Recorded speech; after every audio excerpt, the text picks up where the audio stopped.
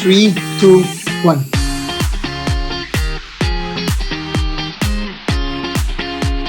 Welcome to this week's episode, Salman. This episode is considered a milestone for Mel and I, as we are finally at our 10th episode, and we are hoping for many more. In the past few days, we noticed many of our friends sharing the Instagram posts touching on the problem with Malaysian scholarships and the myth of meritocracy. It is evident that many students rely on scholarships to fund their studies after secondary school. However, questions remain on whether some of the terms of some scholarships fully serves the purpose of helping those from disadvantaged groups. This is evident as some bursaries are offered fully based on academic and extracurricular achievements, while some do not cover costs other than tuition fees. Therefore, this week, we will be discussing questions surrounding these issues with an emphasis on those who need scholarships most, namely those from underprivileged or disadvantaged groups. So Mel, do you mind giving us a quick summary on the Instagram post that we're talking about? Yeah, so this post, I think it was posted last week or this week. So it's posted by an ex-scholar who faced many difficulties during her journey of finding funding to further her studies after SPM.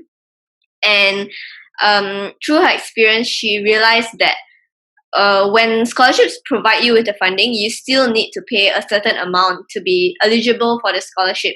And that amount is unaffordable for some people, and she calls it the hidden fees. So because of her experience, she's now a mentee under the Closing the Gap program. And this program basically helps SPM leavers to get into universities, and they do this by mentoring students.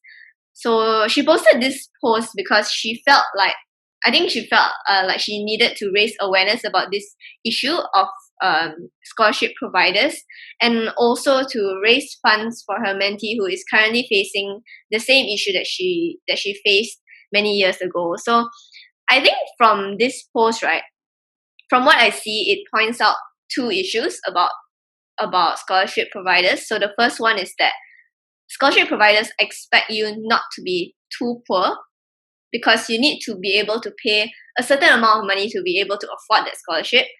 And secondly is that scholarship providers expect the underprivileged to have the same achievements as the privileged. And this is where the myth of meritocracy comes in. So Chris, what do you think about this whole situation? Well, I do think that as a whole, I think that the initiative that she's going, that she's basically started, which is like mentoring people that require help, I think that's actually very good of her, because I think that she would understand the plight of people who are applying for scholarships, especially when they are in circumstances in which they are not the most privileged people. But on the point of scholarships in general, I do agree with her. I think the biggest problem in a lot of scholarship providers is that they focus too much on academic achievements and co-curricular activities. Well, on the point of hidden costs and all that, we will touch on that later on as we've already planned. But I do think that right now, let's just focus a bit on the overemphasis on academic achievements and co-curricular activities. So I think that a very good background towards the discussion about this in Malaysia is that back in the day, some years ago, we used to have a bursary policy in Malaysia that was fully funded by the government. So I think, if I'm not mistaken, students were given a full scholarship if they score at least 9A plus in their SPM. So this focus has its merits, such as enabling the government to recognize academic talents, whereby their funding would be most likely a good investment. Because by setting this high standard with regard to results, it enables the governments to identify the best of minds amongst Malaysian students when it comes to results.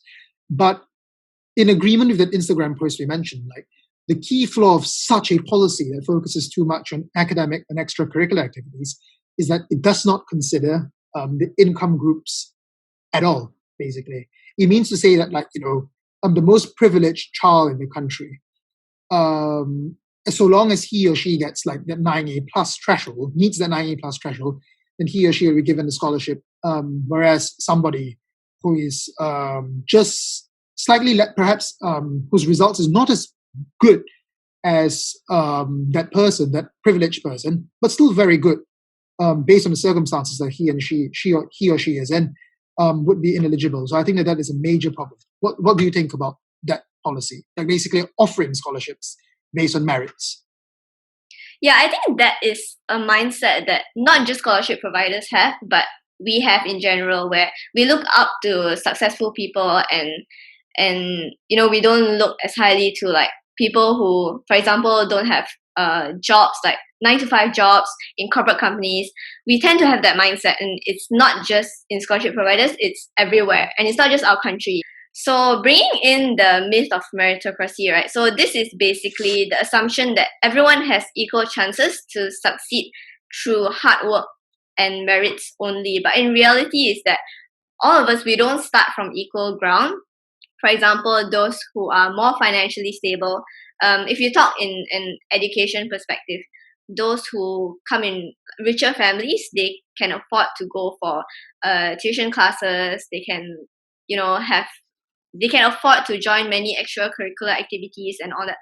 And as comparison to those who are less fortunate, for example, the B40 community, maybe they don't, first of all, they can't afford to have extra classes and all that. And maybe they don't have the same amount of time to study because they need to work to provide for the family. So really the chances here are not similar to be able to succeed and to be able to score good results in exams.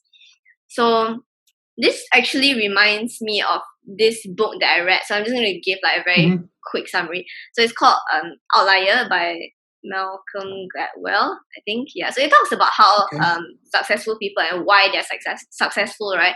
And the interesting thing about this book is that it talks about all the external factors that contributes to success, whether it is your culture, whether it is the year you were born, the month you were born. And I know it sounds a bit weird now, but when you read the book, like you really understand like his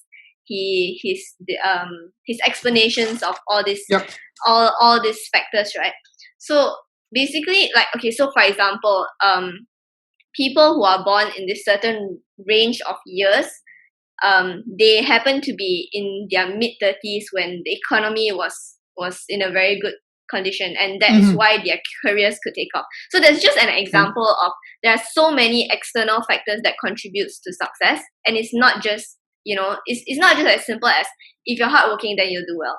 If you score well in your results, you get a good job. So it's not just that. So I think the bottom line is that you can't say that someone is successful 100% because of their hard work, and there are many other factors that contribute to it. Yeah, I think that's a very good point. I actually agree with that, because that is the thing about the myth of meritocracy that was brought up in that post. It's basically that we tend to assume that in a free and equal society, everybody starts from the same starting point, but that's clearly not the case, because you mentioned like things like culture, year, month. I think that these are actually a lot of things that I think that you should include things like income and even race, because these things actually determine where you begin in life. Because when we come into this world, basically, our life is very much hinges upon the sort of family that we're born into. So if we come from a wealthier family, obviously we have more opportunities provided in front of us. For example, in an Asian society like ours, a lot of us go for tuition classes, and that really makes a difference, because it allows us to polish ourselves. It allows us to identify our weaknesses and all that. And obviously, we will do better in our exams and all that compared to somebody who cannot afford these certain classes, and they rely completely on what they're being taught in school alone. And in Malaysia's case, like classrooms tend to be really big, and you do not get that sort of attention. So at times, teachers might not really identify a particular problem or your particular weakness compared to tuition teachers, because the groups are smaller.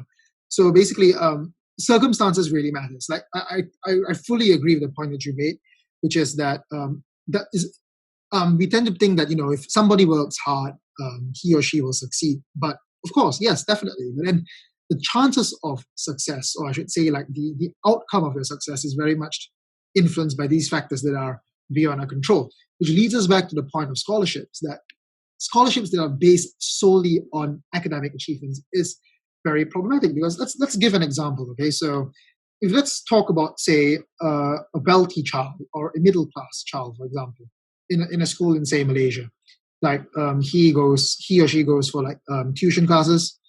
The parents can basically buy them more storybooks and stuff like that, which would increase their vocabulary and stuff like that. And versus somebody who comes from a more underprivileged background, somebody who can't afford to go for extra classes, and also who works in his free time to raise his or her family. And if we compare it to, let's say, the privileged kid gets 9A plus, whereas the underprivileged kid gets like 8As. If we were to follow that sort of bursary policy that I brought up that we had in the past, that the government employed in the past, only the privileged kid would be the one who is eligible for the scholarship, not the underprivileged one. And the question then becomes, is that fair? So we'll have to have a little bit of imagination in this regard. What if we assume that that underprivileged kid was born into a privileged family where he or she had the same opportunities as someone who's wealthy? Could he have achieved that 9A plus? The likelihood would definitely be higher, right? So I think that when we have scholarships that focus fully on like just academic results, it doesn't look at the whole picture. It would favor those who were born to a privilege to succeed because of their background. You get what I mean? So that's why I think that's actually very problematic in these kind of scholarships. So I don't think that but I think it's important to note that we are not disregarding the achievements of people who come from privileged families. They deserve to be applauded because someone from a privileged family who doesn't work hard will not be able to meet these high results, for example. But we need to recognize that what are scholarships for? Scholarships shouldn't be seen as just a form of like rewarding somebody because of their academic achievements. It's supposed to be also about helping those who need it most. We need to have a more comprehensive way of looking at scholarships, which is what the Instagram post is actually discussing, that if you focus solely on academic achievements, many people will be left behind. And you're basically dumping your resources on those. So if you have this scholarship whereby you don't look at income at all, you don't look at circumstance at all you look at results, there is a risk that you'll be leaving behind those who are capable of success, but are not from a privileged background. Yeah, I think before that, right, I think we forgot to like put up a disclaimer that whatever we discuss today is from our points of views, and it may be a little skewed because both of us are from the same kind of background where we were privileged enough and fortunate enough to be able to study overseas. So today we'll be talking about the issues of being less privileged from our point of view. So, but then I believe that even though we are privileged enough to study overseas, doesn't mean that we shouldn't be discussing about this, right? Because it's not wrong to be privileged or fortunate, but it's wrong to be ignorant about those who aren't. So if like we say something that you don't agree with, I think like you guys can like reach out to us and we'll love to listen to your thoughts. So from what Chris said just now, we talked about merit-based scholarships. So I think there are two types of scholarships these days. So one is merit-based and another one is scholarships to help the underprivileged. And from what the Instagram post said was that we shouldn't expect scholarships. Scholarship providers shouldn't expect those who are underprivileged to be able to afford the fees that makes them eligible for the scholarship in the first place. So I don't know which type of scholarship she was referring to. If it's the one for the underprivileged, I think it makes zero sense because it really doesn't make sense for you to have a certain amount of wealth to be able to afford a scholarship, because that defeats the purpose of helping the needy get education. So you're not actually helping the ones who really need it. If she was referring to a merit-based scholarship, maybe to a certain extent it kind of makes sense, because the purpose of the scholarship is not really to help the people who can't afford it. So maybe, for example, it's only funding your tuition fees. So maybe they are concerned whether you can afford the living expenses and all that. So I think from that point of view, I think it's okay that they are concerned about your finances, but I still don't think it's fair if they decide not to give someone the scholarship just because they think you can't afford the other expenses, because that's discrimination. So you can't just write someone off just because you think they can't afford it, right? So from what I saw, the Instagram post did receive a bit of backlash in the comments, where some people said that, scholarships, they're not obligated to fully fund you. They're helping you, and it's their choice how much they want to help, which is true to a certain extent. So, but for example, so like if the scholarship provider is funding you for your tuition fees only, and if you can't afford for your living expenses, that's not the fault of the scholarship provider. But I think it's wrong when they choose not to award you with the scholarship just because they think you won't be able to afford the rest of the expenses. So I think back to merit scholarships, right? I think Chris and I faced a bit of difficulties preparing for this episode because there's really so many dimensions to this problem, right? So when I was trying to prepare for it, a thought came to my mind, like, should merit scholarships even exist then? Because it's basically pushing up people who are already up there. There are people who score well and who is fortunate enough, possibly, and then this scholarship just pushes them even higher up, and it's pushing those who possibly are not scoring very well and not very privileged, and they're pushing them down even further. So it just increases this disparity. But I think the thing about merit scholarships is that if you are, for example, if this person scores very well and is financially stable and is awarded a scholarship, I don't think that person would reject the scholarship just because he thinks that he can afford it. So yeah, I think it is a very complex topic to discuss, where it's not that we say that merit scholarships completely shouldn't exist, but it's more like we think scholarship providers should also not just look at the achievements and results of the person. You don't just look at the CV and look at what this person has done and all that. You should also listen to their story. I think the Instagram post also mentioned, like, when she basically said that to scholarship providers, you should interview this person, and you should make this person write an essay for you, so that you can see it. You can listen to the story of the person and not judge the person just solely based on their CV. Yeah, so I think what you've raised is actually that we're moving towards the second part of this debate, which is about scholarship, of this discussion, which is scholarship policy. So yes, like you brought up the point early on that this is quite a difficult topic, because it really is, because there are many kinds of scholarships that are available, and each of it serves its own purpose. So yeah, I agree with you. I mean, we're not saying that merit scholarships shouldn't exist, because it's there for a reason. But I think that what we are basically saying is that the focus should be more on helping those who are underprivileged. So the question is just simple. If somebody, according to his or her difficult circumstances, already achieves a certain benchmark, we need to ask ourselves whether or not that person, despite his or her circumstances, achieving that benchmark, is it possible that he or she could do even better if he or she gets the help, the necessary help? So that's the thing that we're trying to discuss over here. We're not saying that merit scholarships are bad, because merit scholarships certainly help a different group of people as well, like basically middle class families, for example. So, for example, a middle class family might not necessarily be capable of sending their kid to another country for education, for example, because of the tuition fees. But if they just receive help in tuition fees, they would be able to fund other aspects of the kid's life overseas as a student, such as accommodation, lodging, and stuff like that. So merit scholarships is helpful to a certain group of people. But what we're saying basically is that the focus should be more on helping the underprivileged. So I think that, which is why the point that you raised about circumstances, having interviews and all that, I think that that's a very, very fundamental part of scholarships. Scholarships shouldn't just be handed out according to the CV, because if you just look at the CV, it'll be very difficult for you to tell circumstances of that individual. You'll only be choosing based on what looks best. However, when you have an interview, or if you have more thorough research, you'll be able to identify the sort of life this person was leading, what are the challenges he or she faced. And by doing that, you can actually be able to get a more diverse pool of scholars.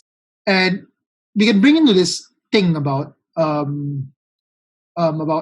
basically scholarship policies. Do you think that scholarship providers should provide more in terms of like accommodation and all that? Do you think that that should be a thing for everybody, or should it just be based on circumstances?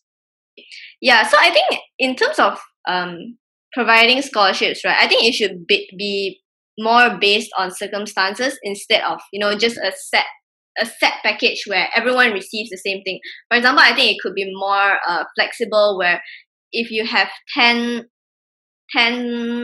students that you need to provide for, maybe you can look at their financial status and see how much you can provide for each person. For example, maybe the less privileged one, you can fund their living costs as well. Yeah, living expenses as well. And maybe those who can afford it, maybe you can just fund their tuition fees. So I think that is a possible way that we can prevent this problem from going on. And also, I think moving on to still about scholarships, but moving on to a different aspect of it, right?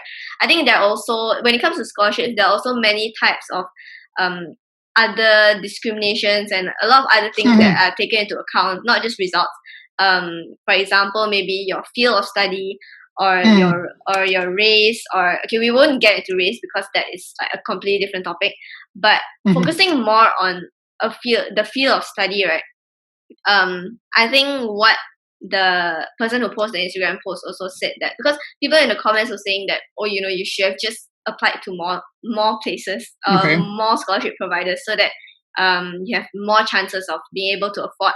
And what she said was that, which I also really resonate with that. She said that because she was applying for a field of study that is not very conventional, so there weren't many companies that were providing for this field of study. And I also felt that way, because for me, I was studying science, and I think in Malaysia at least, not a lot of funding goes into their area, so there are not a lot of companies or organizations that are willing to sponsor science students, as compared to maybe accounting or engineering.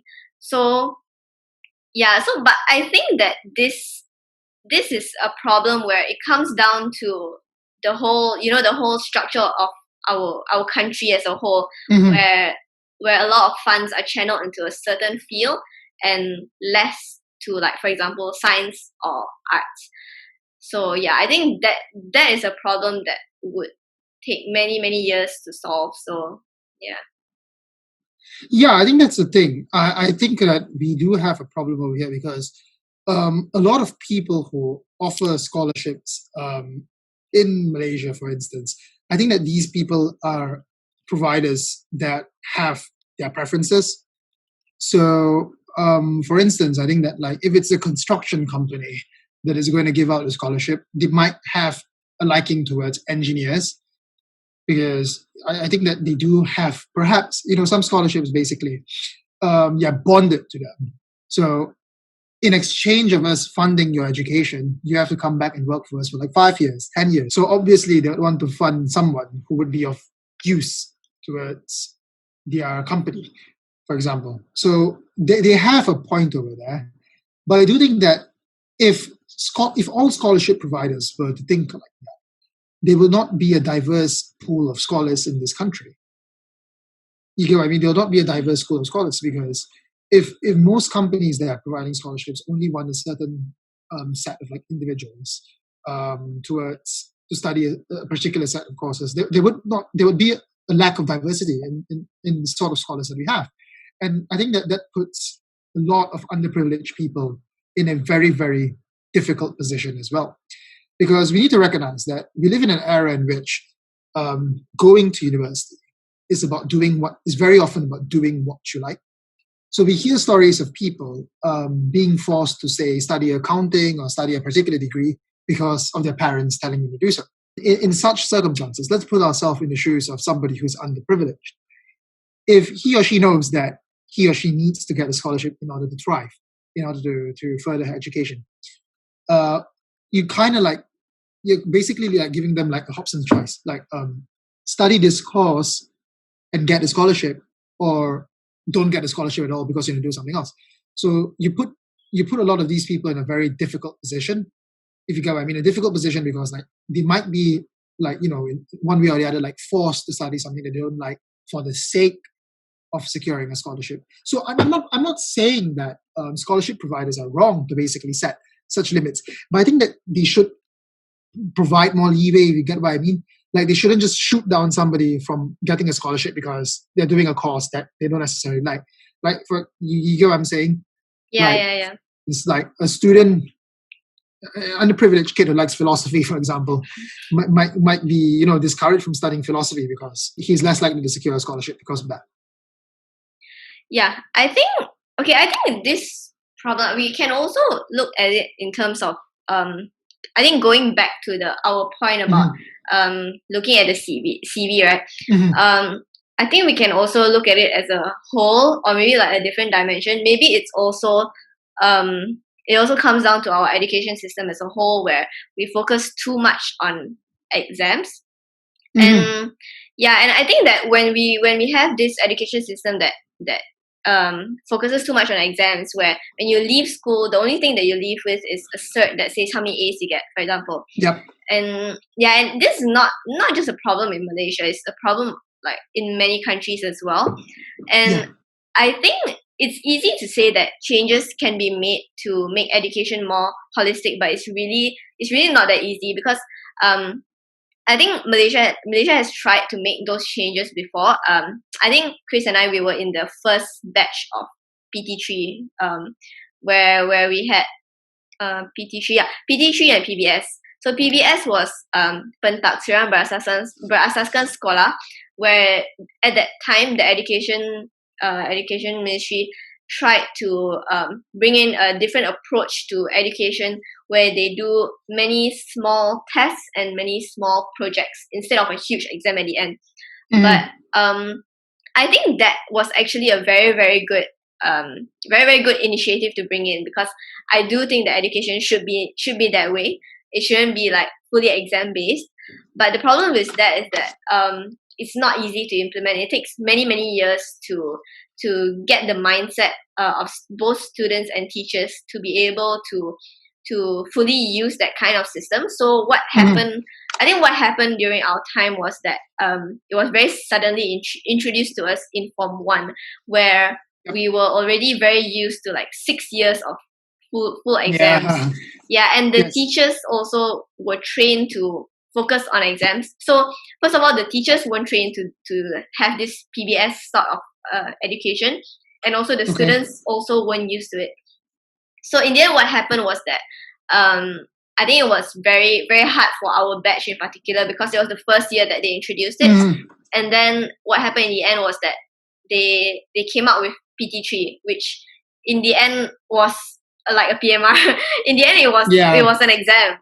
So I think the government realized that it was very hard to score students, to grade students in that way, in the PBS way. And then in the end, they realized that you still need to have an exam, and that's why last minute they introduced PT3. So I think there's a country, I'm not mistaken, who has like the best education system. Is it like Denmark or something?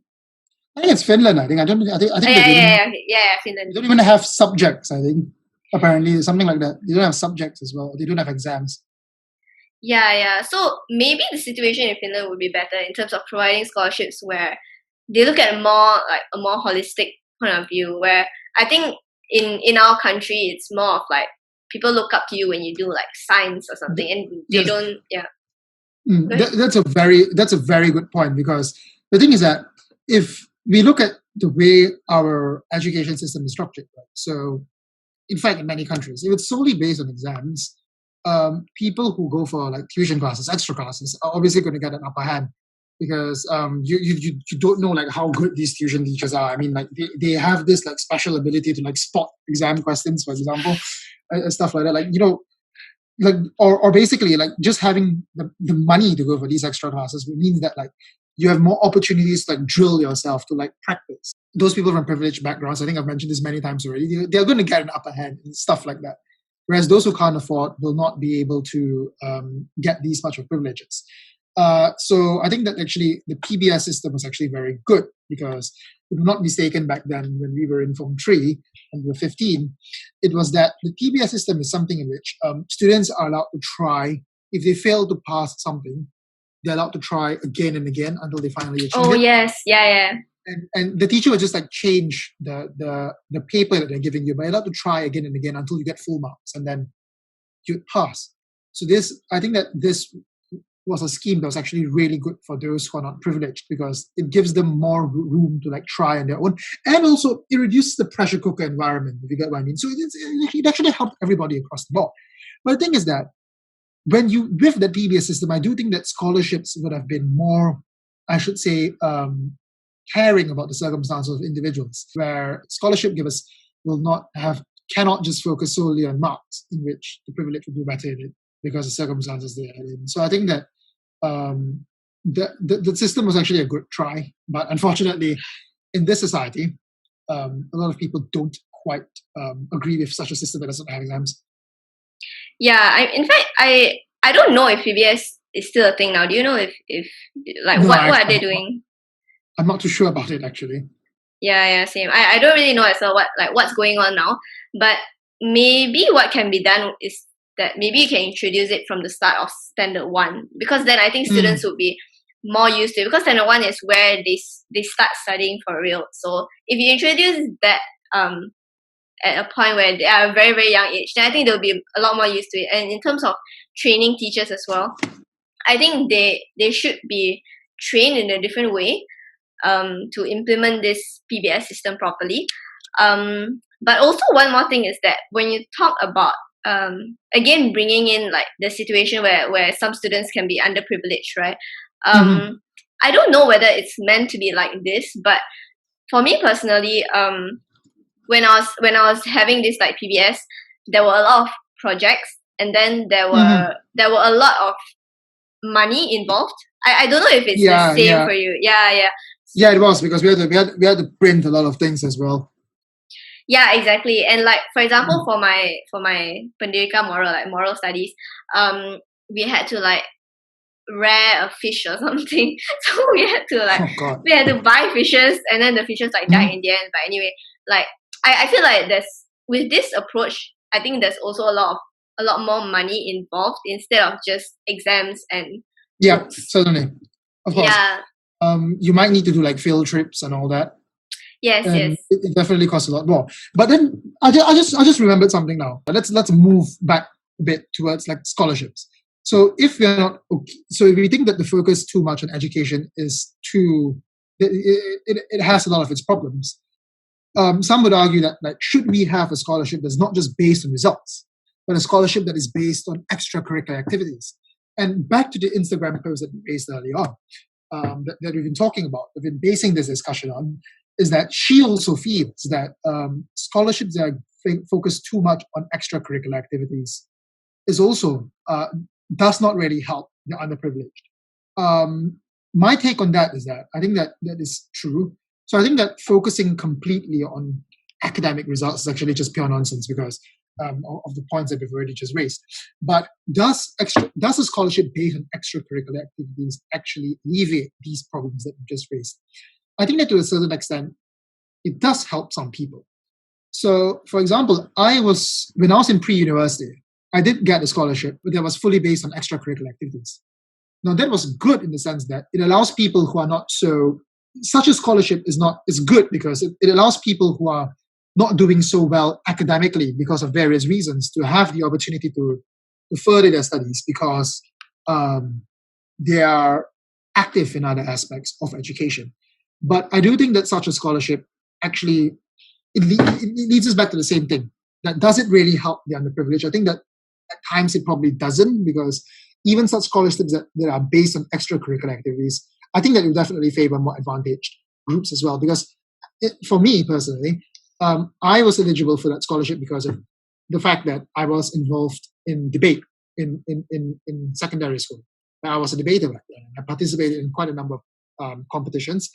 And the thing is that such scholarships is good because it looks at things holistically in terms of education. But it leads us back to the thing of like the underprivileged. I don't think that they would be able to thrive as much under such a scholarship as well, because to participate in extracurricular activities, the hard truth is that you do need money for that as well, which leads us back to the point of what you mentioned about PBS as well. We needed money to do like field trips. We needed money for printing, lots of printing, and to take part in extracurricular activities, you need money as well.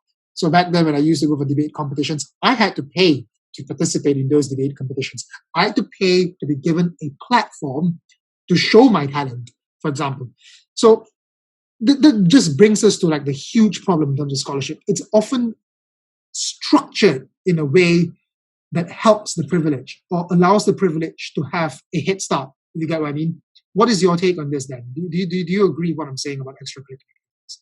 Yeah, I completely agree. So I think when it comes to both results and extracurricular activity, it both falls under the same category of education and of school.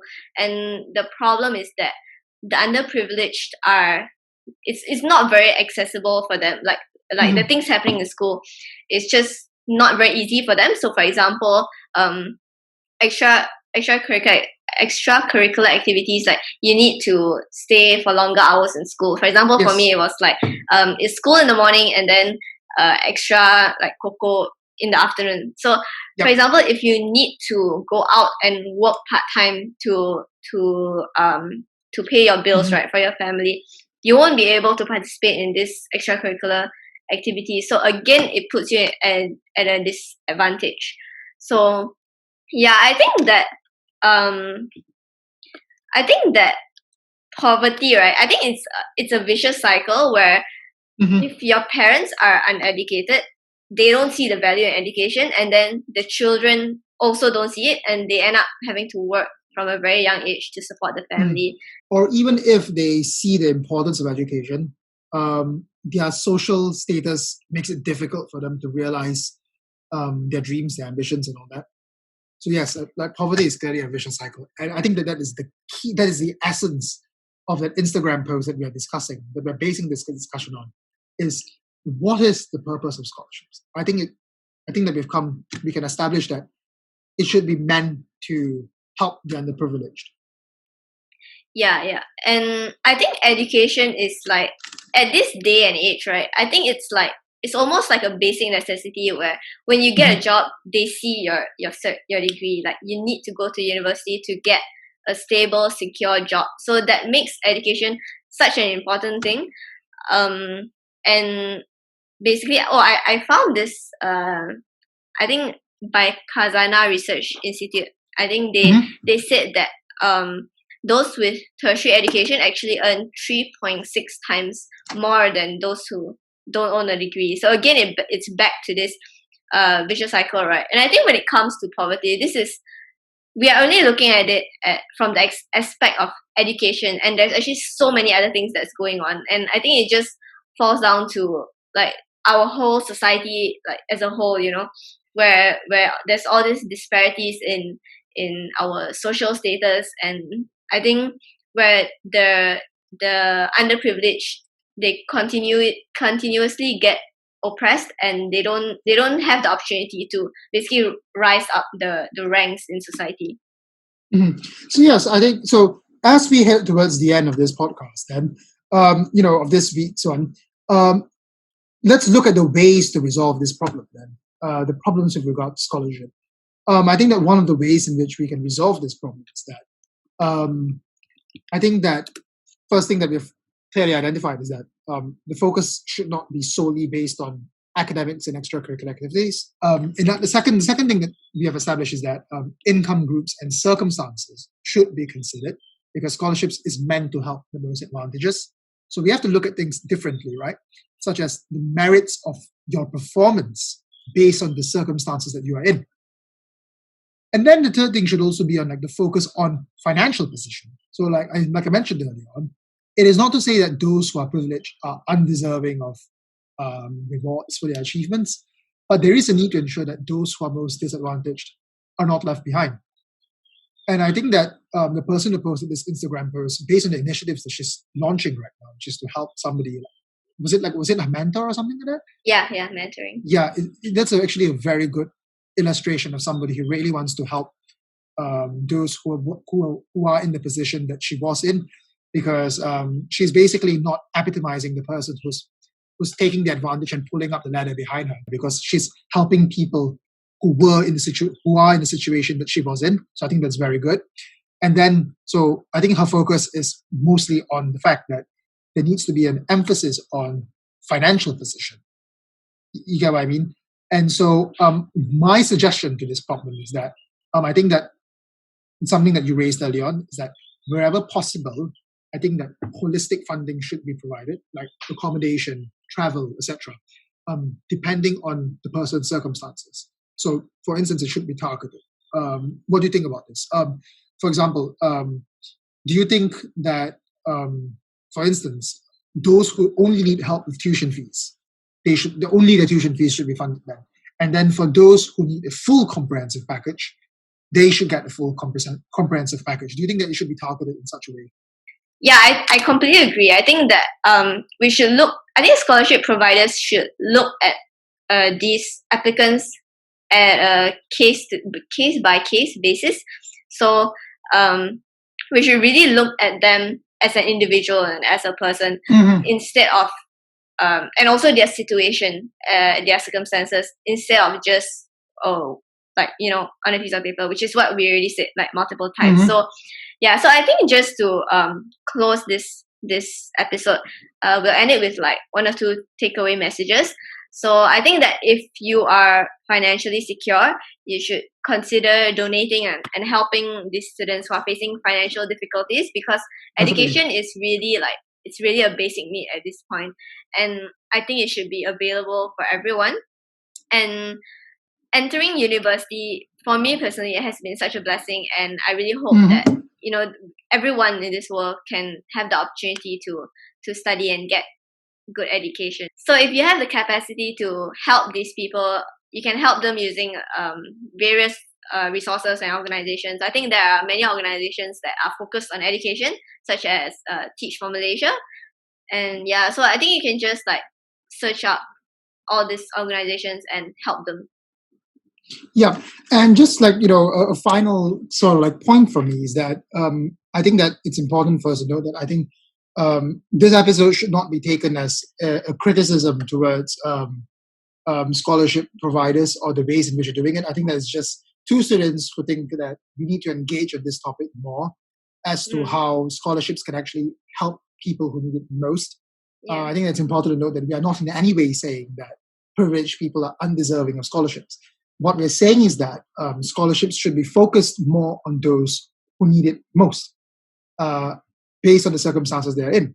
But I think that we have to acknowledge another point, which is that scholarships are indeed very costly, especially for people who want to go abroad. If I'm not mistaken, I think in the year that both of us went into the UK, before we went there, I remember there was this guy who was trending on Twitter. Like everybody was just gathering to help him because he was from an underprivileged family. He got an offer to study medicine at Cambridge. And I think that people started to like crowdfund for him because he really needed help in order to accept his offer to go to Cambridge.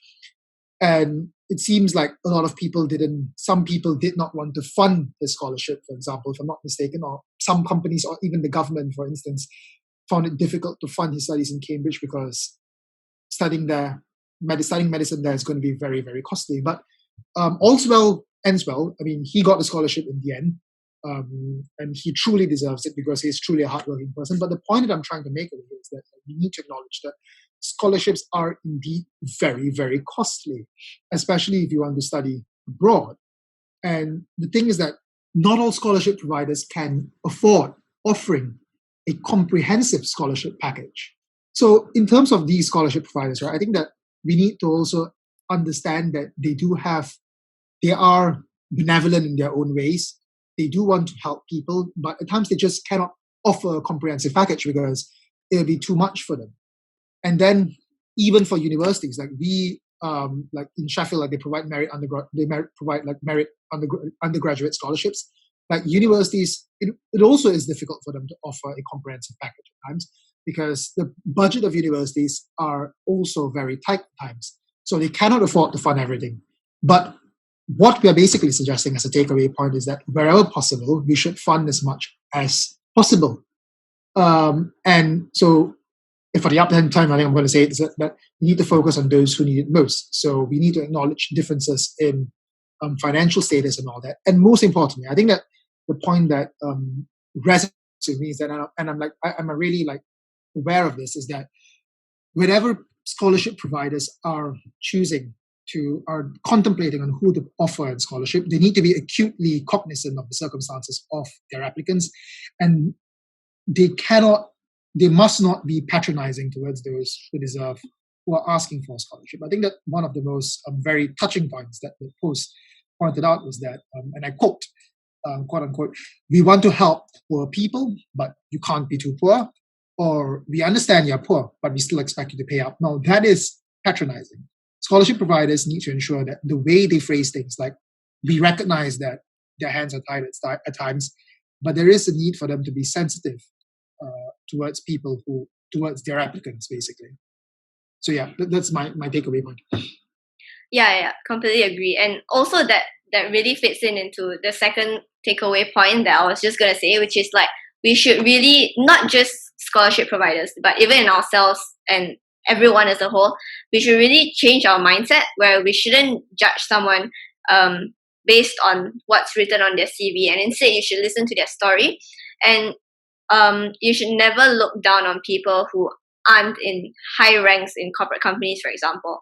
Like, the worst thing you can say to someone is that, if I don't study hard, I'll end up being like that rubbish collector. And I know that that's a mindset that, like all our parents tell us. So yeah, I think that we should really remove that mindset, because success is not only based on your merits, but you also have to be lucky to a certain extent to be successful. So yeah, I think that wraps up our 10th episode of Sound On, and we'll see you next episode.